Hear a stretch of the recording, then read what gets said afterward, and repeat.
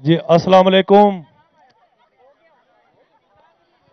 میں اپنے قائد کو سلام پیش کر رہا ہوں اور جتنے بھی یہاں پہ موجود ہیں ان سب کو میں عید مبارک.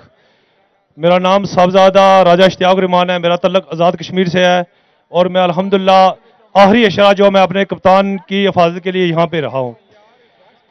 قائد سے میں گزارش کروں گا کہ قائد جس طرح آپ نے مسئلہ کشمیر کو پوری دنیا میں خاص کر کے اقوام متحدہ میں جس طرح آپ نے اجاگر کیا ہے، ہم یہ پوچھنا چاہتے ہیں آگے کہ انشاءاللہ آگے آپ پھر وزیر اعظم 3 تاریخ سے بننے جا رہے ہیں. کیا جس طرح آپ مسئلہ کشمیر کو پہلے آپ نے ہائی لائٹ کیا اور پوری دنیا میں بتایا، تو آپ نے ماشاءاللہ 3.5 سال، مجھے یہ فخر ہے کہ 3.5 سال آپ کی حکومت رہی، انڈیا کے ساتھ آپ نے تجارت نہیں کی، یہ ہمیں فخر ہے. اس کے بعد اب صرف یہ میں گزارش کروں گا کہ جس طرح آپ نے پہلے ہمارے مسئلہ کشمیر کو اجاگر کیا، مجھے امید ہے کہ انشاءاللہ اب جو وزیر اعظم آپ آ رہے ہیں نا، ہم صرف آپ کے ایک لفظ کے انتظار میں پورے کشمیری. وہ کون سا لفظ ہے؟ جس طرح آپ نے افغانستان کے لیے بولا تھا نا، ابسولوٹلی ناٹ.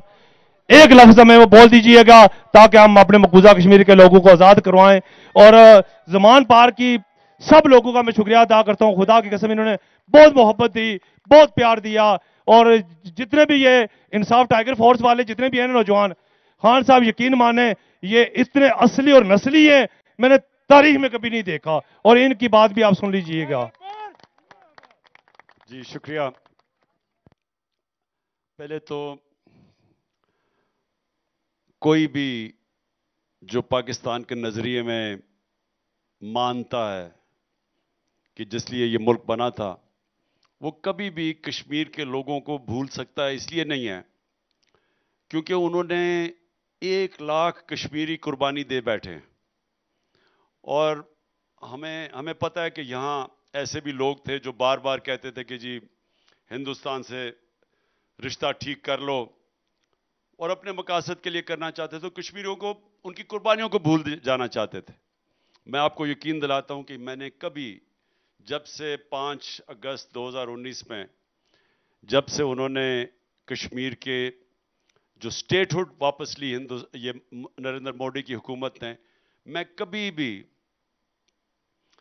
اس کے حق میں نہیں ہوں کہ ہم ہندوستان سے اپنا جو ہمارا رشتہ ہے وہ ٹھیک کریں جب تک کہ وہ ان کو واپس جو ان کی سٹیٹ ہوڈ ہے واپس نہ دیں. میں دوسری بات آج یہ کرنا چاہتا ہوں کہ انشاءاللہ یہ ہمارا یہ کل بھی چلے گا، اور ہم اس کو اور زیادہ یہ جو ہمارا کل اور آج ہوا عید کی چھٹیوں میں جو جشن، ہم کل بھی کریں گے، پرسوں بھی کریں گے، اور اس کے بعد ہر ویکنڈ پہ ہم کریں گے. کیونکہ ہماری کوشش یہ ہے کہ جو ہمارے نوجوان یہاں آتا ہے اس کی تربیت ہو، اس کو پاکستانیت کی سمجھ ہو، اس کو سمجھ ہو کہ جو یہ ملک بنا تھا لا الہ الا اللہ پہ، اس کا مقصد ہے کیا. یہ بڑا ایک عظیم خواب تھا ملک کا. اور یہ جو اوپر لوگ بیٹھ گئے ہیں جو یہاں سے چوری کر کے پیسہ ملک سے باہر بھیج دیتے ہیں، ان کو پاکستان کی کوئی فکر نہیں ہے، کیونکہ ان کا تو پیسہ ڈالروں میں پڑا ہوا ہے. جب روپیہ گرتا ہے تو ان کے تو دولت میں اضافہ ہوتا ہے. اس لیے یہ ہماری ایک جد و جہد جاری رہے گی، اور اس لیے ہمیں اپنے کارکنوں کی تربیت کرنی پڑے گی. اور میں نجم کو آخر میں یہ کہنا چاہتا ہوں کہ یہ جب میں 9 سال سے اللہ سن رہا ہوں نجم کا، 9 سال سے دھرنے میں سے میں نے شروع کیا اس کا اللہ سننا شروع کیا، اور ابھی بھی اسی طرح کا میرے اوپر افیکٹ ہوتا ہے جو 9 سال پہلے تھا. اور نجم یہ اس کی ہے کہ اللہ کا کلام ہے.